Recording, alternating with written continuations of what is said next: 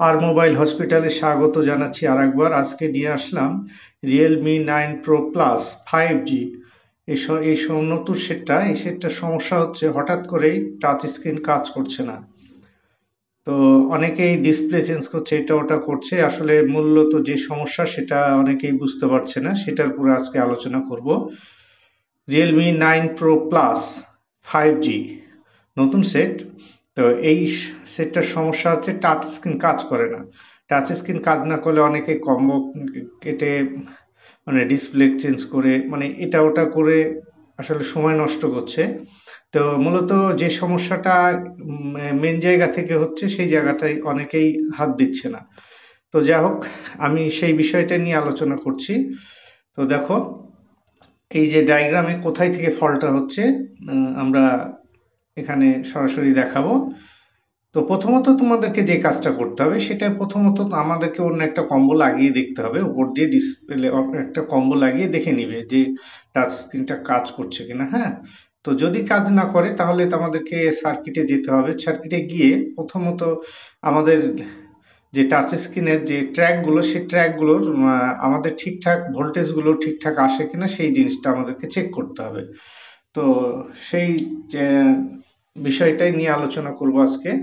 তো এই যে 5টা ট্র্যাক, এই যে টাচ স্ক্রিন কাজ করে না, তো টাচ স্ক্রিনের 5টা ট্র্যাকে হচ্ছে মেন।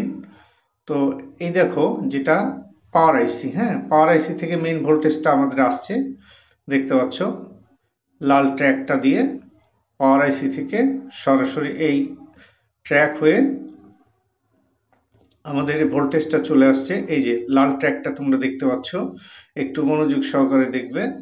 এই যে লাল ট্র্যাক, হ্যাঁ, রেড কালার যে ট্র্যাকটা।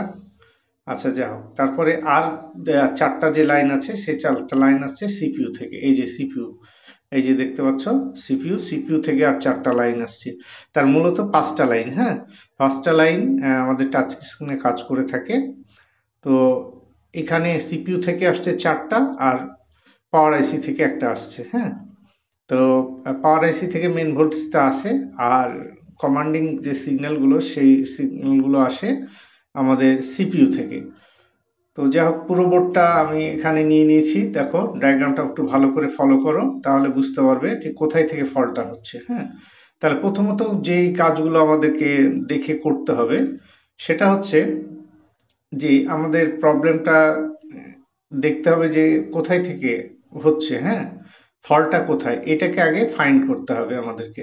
তাহলে এই যে দেখো পাওয়ার আইসি, পাওয়ার আইসি থেকে আমার মেন যে লাল ট্র্যাকটা, এই ট্র্যাকটা এই যে রেজিস্টারের মাধ্যম হয়ে এই যে এখানে এই ট্র্যাকে আসছে। এই ট্র্যাকে আমাদের ভোল্টেজটা আছে কিনা আমাকে আগে প্রথমত চেক করে দেখতে হবে। তো এই 1.8 ভোল্টেজটা ঠিকঠাক মতো আর আসছে কিনা এই ভোল্টেজটা আমাকে চেক করে দেখতে হবে। হ্যাঁ, এই পাওয়ার আইসি থেকে যে ট্র্যাকটা আসছে। হ্যাঁ, তো এই ট্র্যাকের লাইনে অনেকগুলো কম্পোনেন্ট থাকে, সেই কম্পোনেন্টগুলোকে আমাদেরকে চেক করে দেখতে হবে। কম্পোনেন্টগুলো আসলে খারাপ হতেও পারে, সেক্ষেত্রে এই লাল ট্র্যাকের এই কম্পোনেন্টগুলোকে আমাদের চেক করে দেখতে হবে। সেখানে হয়তো ক্যাপাসিটার রেজিস্টার থাকতে পারে, সেগুলোকে আমরা চেক করে নিব। তাও এই ট্র্যাকে যদি ভোল্টেজ ঠিকঠাক আসে তাহলে তোমাকে 100% ভেবে নিতে হবে আমাদের প্রবলেমটা কোথায়, সেটা হচ্ছে সিপিইউ থেকে। হ্যাঁ, তো যাই হোক, তোমরা দেখতে পাচ্ছ এই ট্র্যাকগুলো তো এখানে আমি দেখাচ্ছি। এই দেখো, এবার আর 4টা যে ট্র্যাক আছে সেই 4টা ট্র্যাক এই সিপিইউ আইসি থেকে আসছে আমাদের মেন প্রসেসর থেকে। হ্যাঁ, তো এই প্রসেসর থেকে যদি ভোল্ট সিগন্যাল না আসে সেক্ষেত্রে এই প্রবলেমগুলো হতে পারে। তো প্রাথমিকভাবে আমাদের যে কাজটা করতে হবে, পাওয়ার আইসি থেকে যে পাওয়ার সিগন্যালটা আসছে, এই দেখো 5টা লাইন, 1 2 3 4 5, এই 5টা লাইন। তো এই 5টা লাইন আমাদেরকে 4টা হচ্ছে সিপিইউ থেকে আসবে আর একটা পাওয়ার আইসি থেকে আসবে। তো প্রথমত আমাদেরকে পাওয়ার আইসি থেকে ভোল্টেজটা আসছে কিনা দেখে নিব। যদি পাওয়ার আইসি থেকে ভোল্টেজটা ঠিকঠাক আসে তাহলে আমাকে বুঝে নিতে হবে যে আমাদের সিপিইউ থেকে প্রবলেম, সিপিইউকে উঠিয়ে বল করতে হবে। আচ্ছা, আর পাওয়ার আইসি থেকে যদি ভোল্টেজটা না আসে তাহলে আমাকে পাওয়ার আইসি তুলে রিভলভ করলেই আমাদের প্রবলেমটা সলভ হয়ে যাবে।